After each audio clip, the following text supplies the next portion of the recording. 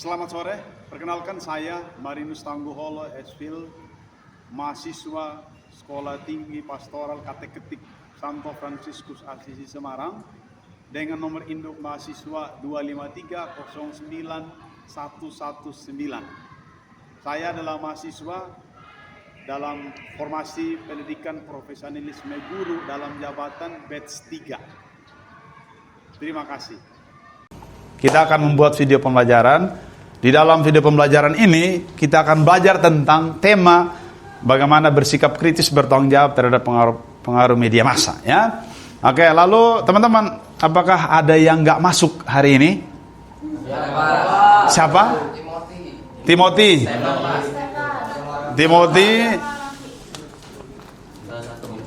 Satu-satu ya. Ada Timothy, saya tulis dulu yang nggak masuk.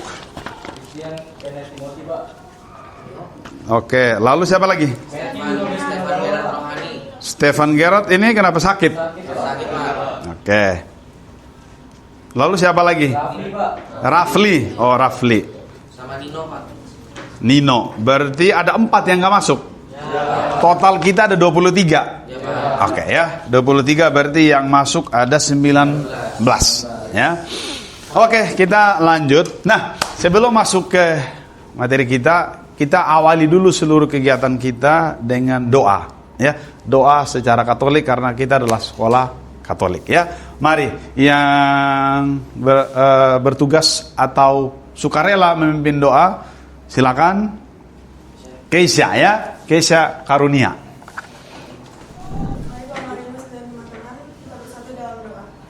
Bapa dan Putra dan Roh Kudus. Amin. Allah Bapa yang penuh kasih, kami bersyukur atas hari yang baru dan kesempatan untuk belajar bersama hari ini. Engkau telah menciptakan kami dengan akal budi dan hati nurani agar kami mampu membedakan mana yang baik dan benar. Pada saat ini kami akan belajar tentang bagaimana bersikap kritis terhadap pengaruh media massa yang begitu kuat dalam hidup kami. Bantulah kami, ya Tuhan, agar tidak mudah terpengaruh oleh hal-hal yang menyesatkan, tetapi mampu menggunakan media dengan bijak untuk menyebarkan kebaikan, kejujuran, dan menggunakan media dengan bijak untuk menyebarkan kebaikan, kejujuran, dan kasih. Utuslah Roh Kudus-Mu agar kami dapat berpikir jernih, berbicara dengan sopan, dan bertindak sesuai kehendak dalam setiap pilihan hidup kami. Kami serahkan pelajaran ini ke dalam tangan-Mu, Tuhan. Semoga segala yang kami pelajari hari ini menumbuhkan iman dan kasih kami kepadamu. Dengan perantaraan Kristus Tuhan kami. Amin. Amin. Dalam nama Bapa, Putra dan Roh Kudus. Amin.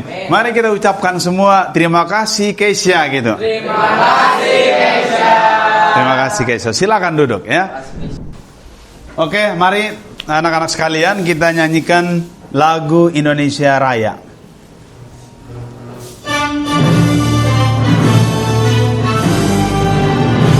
Indonesia tanah airku, tanah tumpah darahku.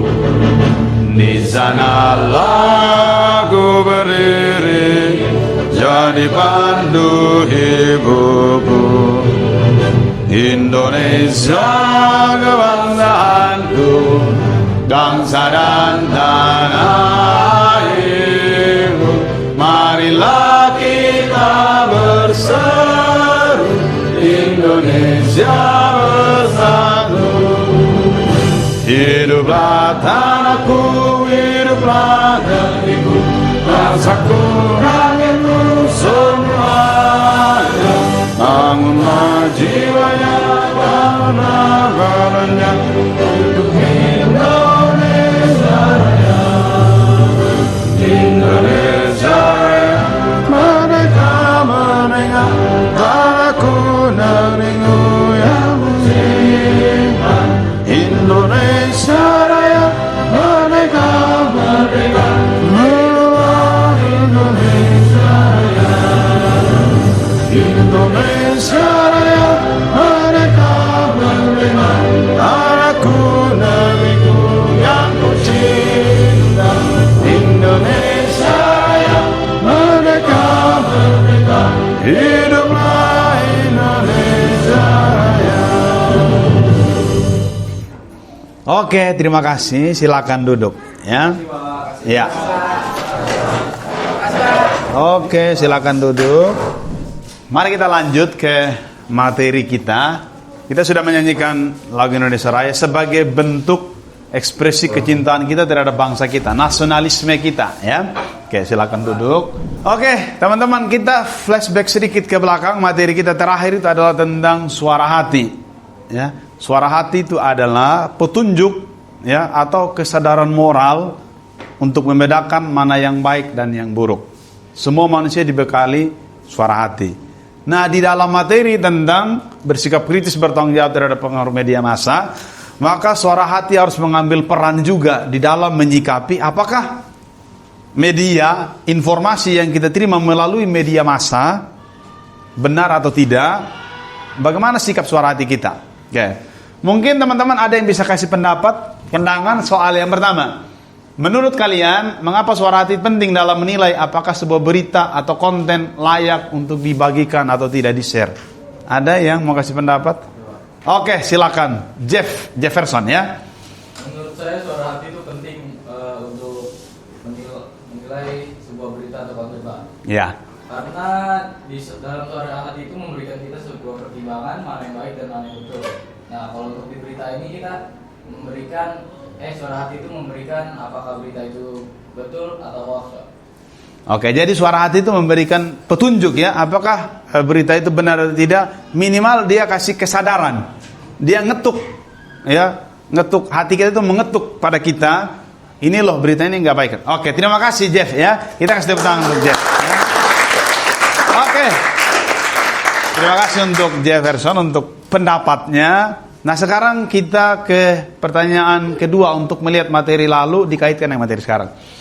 Menurut kalian bagaimana cara membedakan apakah berita itu ya yang kita terima bisa melalui WA kita, melalui Instagram, melalui Facebook mungkin kalau masih ada ya, atau melalui kanal-kanal YouTube ada informasi-informasi, atau mungkin melalui koran atau majalah. Ya mungkin rumah masih punya koran ya, orang tuanya masih terima koran atau masih ada majalah. Anda baca satu berita di situ. Ada beberapa koran itu yang kalau penerbitnya bukan yang dalam tanda kutip profesional, kadang banyak berita yang bisa dibelokkan ya, yang nggak sesuai lalu untuk bisa menghasut massa, menghasut orang. Misalnya contoh kemarin ya, ada kata-kata dari Bu Sri Mulyani itu yang diedit pakai AI. Bu Sri Mulyani itu bilang begini, padahal bukan kata-kata Bu Sri Mulyani ya, Menteri Keuangan sebelum diganti. Dia mengatakan begini, tapi itu bukan kata-kata dia. Jadi diedit oleh AI. Ya, pakai video edit dengan AI. Misalnya, menurut Sri Mulyani di dalam berita itu yang disebarkan, guru itu adalah beban negara. Karena negara harus membayar guru. Kata-kata itu kalau memang benar keluar dari kata-kata Bu Sri Mulyani, pasti itu ya akan menyinggung hati guru. Tapi ternyata setelah dikonfirmasi ke Ibu Sri Mulyani, Menteri Keuangan mantan, ternyata video itu nggak benar, diedit pakai. Nah, bagaimana kalau misalnya kita mendapat berita seperti itu? Ya, pertanyaannya adalah bagaimana cara kita membedakan bahwa berita ini benar atau tidak? Contoh yang tadi itu ternyata salah, sudah diklarifikasi langsung oleh Bu Sri Mulyani bahwa berita itu nggak benar. Oke, ada yang bisa kasih pendapat soal ini? Oke, Chelsea ya. Oke, Chelsea silakan. Untuk mencari membedakan berita benar atau berita palsu itu kita harus mencari kebenarannya dari bisa dari Google atau dari sumber-sumber lain dengan cara membandingkan.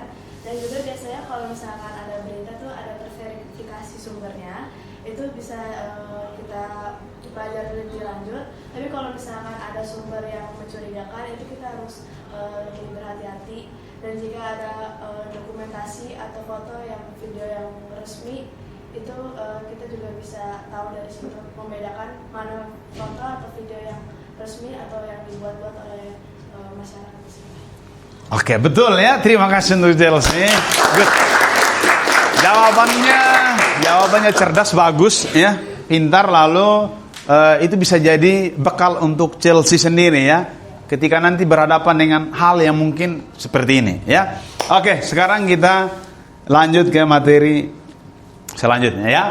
Oke, di dalam pembelajaran kita pasti ada tujuannya. Kita belajar hari ini itu pasti ada tujuannya.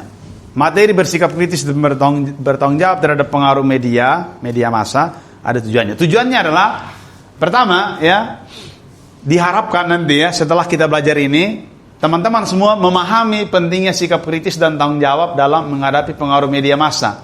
Sehingga apa? Kita mampu pertama menyaring informasi dengan benar dan objektif. Objektif itu artinya nggak subjektif, nggak cuma berdasarkan pemahaman saya. Harus semua orang menyepakati bahwa itu betul. Itu artinya subjektif, objektif ya. Kalau subjektif itu cuman menurut saya sendiri, yang belum tentu benar buat orang lain. Tapi kalau objektif itu bisa jadi kebenaran untuk semua orang. Betul misalnya ya. Lalu mengidentifikasi ya, langkah mengidentifikasi itu berarti Anda harus kritis. Karena identifikasi, membandingkan ya. Misalnya ada berita ini satu, ada berita dua. Materinya sama tapi isi kontennya berbeda. Misalnya tadi, ini satu bilang guru itu beban negara, yang satu bilang enggak. Nah, kita identifikasi itu benar enggak ya. Lalu membiasakan diri menggunakan media massa secara bijak sesuai iman Katolik. Ya, iman Katolik itu apa? Ya, nanti saya akan masuk di dalam materi penjelasan. Ya, apa yang dimaksud dengan iman Katolik? Ya. Nah, agenda kita hari ini apa? Apa yang mau kita kerjakan hari ini? Ya, yang pertama adalah presentasi Canva. Ya, oleh kelompok. Lalu kelompoknya Feni ketua. Lalu yang kedua adalah presentasi gambar oleh kelompoknya Angel. Ya. Lalu yang terakhir adalah presentasi dalam bentuk role playing. Ya. Lalu teman-teman sudah tahu nanti tugasnya masing-masing. Sekarang saya beri waktu 20 menit untuk teman-teman bisa mengerjakan di dalam kelompok. Ya, 20 menit dari sekarang. Persiapkan materinya, lalu nanti akan saya kasih tanda atau kode untuk teman-teman bisa presentasi ke depan. Oke ya, silakan sekarang di dalam kelompok masing-masing. Ya, silakan.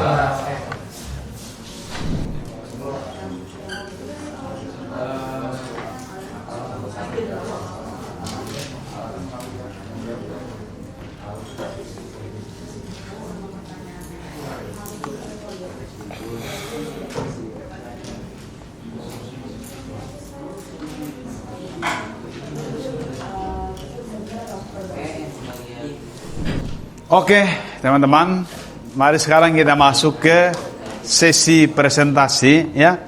Kita persilahkan kelompok Feni dan teman-teman untuk presentasi ke depan. Kita persilahkan, silakan kelompoknya. Oke, teman-teman, mari kita memperhatikan presentasi kelompok media Canva ya, silakan. Selamat pagi Pak Marinus dan teman-teman. Selamat pagi. Hari ini kita akan mempresentasikan hasil diskusi kita tentang berpikir kritis dan bertanggung jawab terhadap penggunaan media massa. Sebelumnya perkenalkan, nama saya Feni. Nama saya Keisha. Nama saya Sandi. Nama saya Gerard. Nama saya Michael Andrew. Nama saya Kevin. Saya Evan.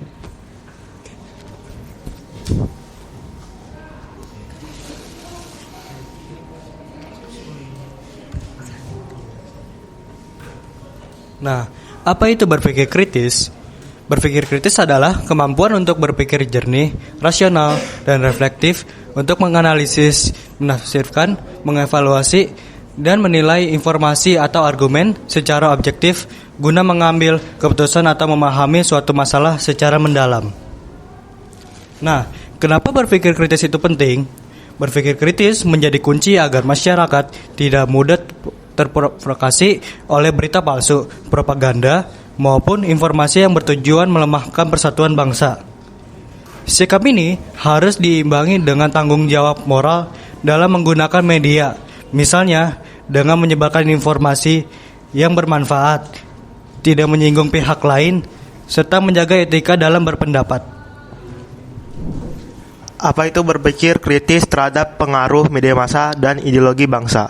Berpikir kritis terhadap pengaruh media massa dan ideologi bangsa adalah kemampuan menilai informasi dari media secara bijak, tidak mudah terpengaruh serta tetap berpegang pada ideologi bangsa Pancasila dan nilai agama agar tidak terjerumus pada paham yang bertentangan seperti komunisme dan lain-lain. Kesimpulannya, berpikir kritis dan bertanggung jawab terhadap media massa dan ideologi bangsa adalah kemampuan untuk secara aktif mengevaluasi informasi, mengidentifikasi dan membedakan fakta dari opini, sehingga kita tidak mudah terpengaruh oleh narasi yang salah, manipulatif atau menyesatkan, baik dari media maupun ideologi yang tidak sejalan dengan nilai-nilai kebangsaan. Hal ini sangat penting untuk menjaga integritas diri, membentuk opini publik yang sehat, serta membentengi masyarakat dari upaya adu domba dan perpecahan yang dapat mengancam persatuan bangsa. Oke, sudah selesai. Kita tepuk tangan apresiasi untuk kelompoknya Feni dan teman-teman ya. Terima kasih, silakan duduk. Silakan. Next kita kelompok yang kelompok presentasi gambar. Kita beri waktu dan kesempatan. Silakan. Selamat pagi Pak Marinus dan teman-teman. Selamat pagi. Okay. Kami dari kelompok 1 selaku kelompok gambar ingin mempresentasikan sebuah poster tentang berpikir kritis dan bertanggung jawab terhadap media massa.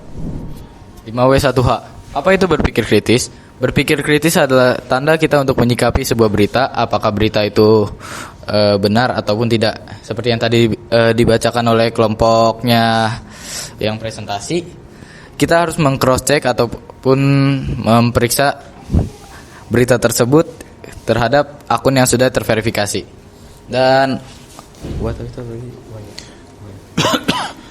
mengapa kritis dan bertanggung jawab itu penting?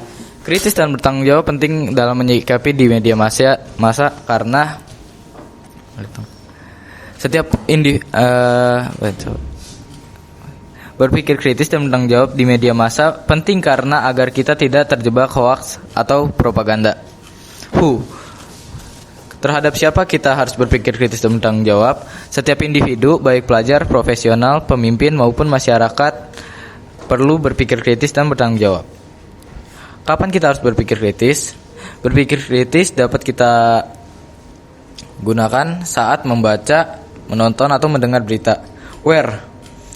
Di mana sikap ini harus diterapkan di semua platform media massa. Dan how? Bagaimana cara menerapkannya, yaitu periksa sumber, informasi dan validitasnya sebelum percaya atau membagikannya. Selanjutnya kesimpulan akan dibacakan oleh Jamel. Terima kasih untuk kelompoknya Angel, Kiona dan teman-teman ya. Kita kasih tepuk tangan.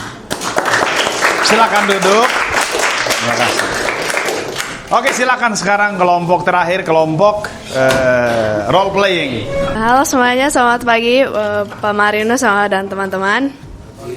Pagi Chelsea dan teman-teman. Kami dari kelompok terakhir, kelompok 3 yaitu role playing. Sebelum kami memulai, perkenalkan nama saya Chelsea.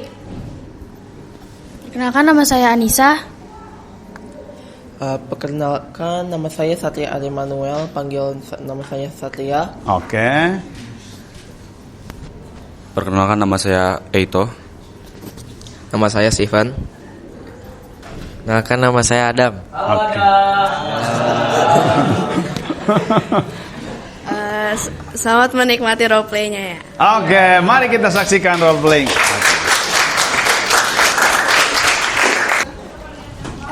Kalian udah dengar belum sih itu berita rumor di grup? Iya, sekolah itu katanya si Adam di rumorin katanya dia berbuat itu yang nggak senonoh. Iya narkoba, pergaulan bebas, perilakunya jelek banget. Waduh. Perasaan di sekolah kemana-mana. Iya. Tahu. Parah Muka banget. gua ya parah ya. Itu ada buktinya di grup, coba deh lihat dah. Iya, udah rame banget. Barusan dikasih ya? Udah langsung. Anissa jangan blocking, geser dikit. Oh, ketumpuk. Oh, Iya, panas ketumpuk. tidak lihat. Iya. Parah banget itu. Ada bukti fotonya lagi. Waduh, udah banyak banget yang ngecek ya. Iya. Waduh, iya. Lagi rame-rame banget. Oh, dia bareng temen yang lainnya. Iya. Sendiri. Sendiri. Ini sama teman. Waduh. Iya, dia yang ngajak-ngajakin terus minum-minum narkoba. Parah banget. Kacau banget. Udah rusak itu. Aduh. Udah itu kalian itu doang ya. Baru tahu ya kalian ya? Iya, baru. Udah, kita duluan ya. Iya. Makasih ya informasinya. Iya. Ini lu ke kelas saya dong, mau jajan apa ya? Dadah. Gimana nih masih parah ya? Ada dia tuh. Perasaan makan aja semua. Putus ya sama Adam. Alasan di teman-teman. Ini kan mau kita kasih tahu ke lu aja. Boleh. Udah boleh. Ayo.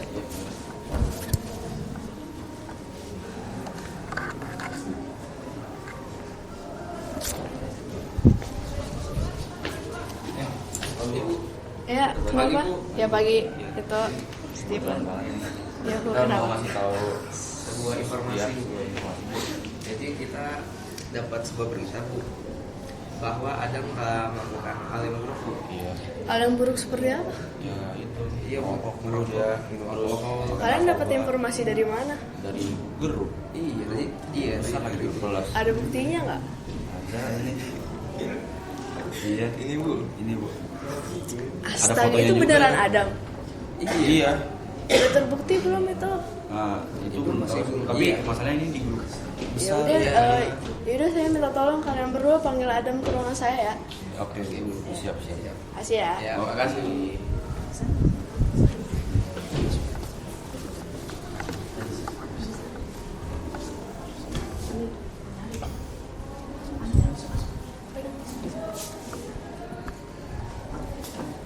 Kalian ngapain kalian di sini? Anissa lihat Adam tidak? Ya, Oh, ada tuh di depan dekat kelas. Oh iya, kelas ya? Iya. Kalian mau dipanggil? Oh, sama siapa? Kita berdua mau panggil ke guru. Iya. Iya. Tadi Bu Guru ini suruh kita panggil Adam untuk ke ruang. Oke, oke. Ya. Makasih ya. Iya, makasih Nasa. Ada di depan ya. Iya. Adam. Dan kenapa? Dam. Iya. Jadi gini Dam. Tadi kita ketemu Bu Guru. Terus itu minta kamu untuk ketemui dia di ruang guru apa? Iya, mejanya. Emang aku ada masalah apa? Ada lah, iya ada lah. Nanti coba aja ketemui dulu ya. Kasih tahu dong. Waduh, ada. Nanti Iya. Ya udah. Makasih ya udah infoin ke aku. Ya, semangat ya. Iya. Jadi kita sudah selesai bermain role playingnya di sini. Jadi sekarang saya akan memberikan kesimpulannya. Jadi kesimpulan dari role playing kami itu kita itu jangan langsung percaya apa berita yang disampaikan oleh teman kita, walaupun misalnya itu teman dekat kita, dan juga walaupun udah ada buktinya apalah segala macam, kayak fotonya tadi kayak ada ngerokok apalah segala macam, videonya itu kita jangan langsung percaya karena itu bisa diedit dengan AI. Tahu lah zaman sekarang kan udah bisa edit pakai apa aja bisa. Nah, jadi kita juga harus berpikir kritis. Kita harus mencarinya lagi itu benar atau tidak informasinya. Mungkin bisa ke teman dekatnya Adam yang tahu semuanya tentang hal tentang Adam.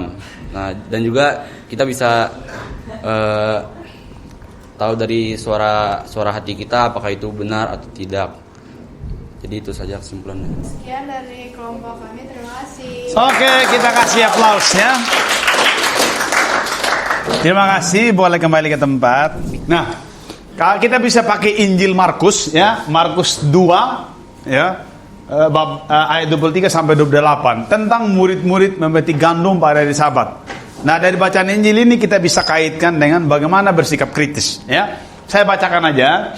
Pada suatu kali pada hari Sabat Yesus berjalan di ladang gandum ya. Dan sementara berjalan murid-muridnya memetik bulir gandum. Gandum itu kurang lebih kalau di sini nggak ada kita ya. Kita bayangin aja kayak padi gitu ya di sawah. Lalu maka kata orang-orang Farisi kepadanya, "Lihat, mengapa mereka berbuat sesuatu yang tidak diperbolehkan pada hari Sabat?" Ya. Jawabnya kepada mereka, jawab Yesus ya. Jawab mereka, "Belum pernahkah kamu baca apa yang dilakukan Daud? Ya, ketika ia dan mereka yang mengikutinya kekurangan dan kelaparan, bagaimana ia masuk ke dalam rumah Allah waktu Abiatar menjabat sebagai imam besar, lalu makan roti sajian itu yang tidak boleh dimakan kecuali oleh imam-imam. dan memberinya juga kepada para pengikut-pengikutnya. Lalu kata Yesus kepada mereka, hari Sabat diadakan untuk manusia dan bukan manusia untuk hari Sabat. Jadi anak manusia adalah juga Tuhan atas hari Sabat. Nah sekarang coba kita lihat kaitannya dengan bersikap kritis itu maksudnya apa. Untuk orang Yahudi, ini sekedar pengantar ya, orang Yahudi atau orang yang hidup di zaman Yesus atau sampai sekarang, ya, mereka tuh untuk hari Sabat itu nggak boleh berkegiatan, nggak boleh ada satu aktivitas pun, ya. Entah mau ada yang sakit, kalau sudah namanya masuk hari Sabat, mereka nggak boleh berkegiatan sedikit pun, nggak boleh ada gerakan, tindakan, ya. Setelah hari Sabat, karena mereka sangat taat pada 10 perintah Allah, kuduskanlah hari Sabat. Itu ketaatan orang Yahudi, ya. Lalu ternyata ada yang aneh ini ya, ada sedikit yang bertentangan dengan hukum Taurat, yaitu apa? Murid-murid ini memetik gandum di hari Sabat. Nah, ada satu bacaan lain yang juga Yesus itu kasih pertanyaannya begini. Bagaimana misalnya kalau ya ketika hari Sabat lalu anakmu itu jatuh ke dalam sumur?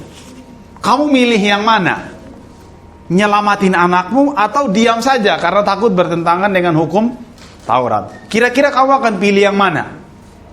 Apakah kamu lebih pilih taat pada hukum Taurat, ya, taat pada hukum yang ditetapkan oleh Musa, atau Anda mengutamakan kemanusiaan? Maka dalam hal ini Anda harus kritis mengutamakan yang mana dulu, ya. Oke. Kenapa Yesus ngomong begitu, ngajarin begitu? Seperti yang tadi teman-teman sudah presentasikan, jelaskan, ya. Hari Sabat adalah demi keselamatan umat, bukan sebaliknya umat untuk hari Sabat. Apa artinya sikap kritis Yesus bagi kita? Pertama, membedakan mana yang benar dan mana yang salah, mana yang baik dan mana yang jahat, mana yang berguna bagi keselamatan manusia dan mana yang enggak berguna. Ya. Lalu keselamatan manusia itulah menjadi pilihan Yesus dalam hidup dan karyanya, ya. Lalu yang dikritik Yesus itu bukanlah hukum Sabat sebagai pernyataan kehendak Allah, melainkan cara hukum itu ditafsirkan atau diterapkan. Hari Sabat bukan untuk mengabaikan kesempatan berbuat baik. Itu poin pentingnya ya. Ini adalah titik kritisnya ya dari apa yang dilakukan para murid. Apakah para murid salah secara hukum Taurat? Salah ya. Karena mereka melanggar hukum hari Sabat. Gak boleh buat kegiatan di hari Sabat. Nah Yesus itu kasih pesan sebaliknya ya, bahwa hari Sabat bukan untuk mengabaikan kesempatan untuk berbuat baik. Pandangan Yesus tentang Tauratnya adalah pandangan yang bersifat memerdekakan sesuai dengan maksud asli hukum Taurat itu sendiri. Anda harus merdeka ya, jangan membuat sesuatu itu karena terpaksa atau supaya dinilai orang lain itu baik, maka Anda buat pura-pura taat aturan ya. Itu namanya pencitraan, nggak boleh ya. Itu pesan dari Yesus. Maka yang diperlukan adalah kritis. Kayak tadi, ada yang jatuh ke dalam sumur. Bayangkan kalau itu adalah saudara kita, tapi itu pas hari Sabat. Anda mau pilih yang mana? Kenapa Yesus suka ngomong begini? Karena orang Taurat itu sangat taat dengan hukum Taurat. Orang Yahudi ya, taat banget mereka dengan hukum Taurat. Kalau jam 6 teng sore masuk hari Sabat, nggak ada lagi tuh kegiatan, semuanya stop. Ya, seperti hari raya Nyepi itu ya, sepi-sepi banget. Nggak boleh ada kegiatan aktivitas. Sama juga dengan mereka. Nah, Yesus itu kasih sesuatu yang lebih kritis. Kamu tuh mau mengutamakan yang mana? Taat kepada hukum atau kamu mengutamakan kemanusiaan, menyelamatkan orang lain, ya? Meskipun itu bertentangan dengan hukum. Jadi hukum itu jangan dibuat untuk manusia, tapi manusia itu membuat hukum supaya manusia itu berjalan sebagaimana mestinya ya. Oke. Lalu nanti teman-teman waktu kita udah terbatas ya. Di pertemuan berikut ya kita akan melanjutkan materi tentang penjelasan selanjutnya, itu tentang sikap kritis terhadap ideologi bangsa. Kali ini tadi media kita fokusnya, nanti kita masuk ke ideologi ya. Ke doa penutup yang cowok tadi ada yang sukarela. Oke, silakan ya. Silakan doa penutup spontan.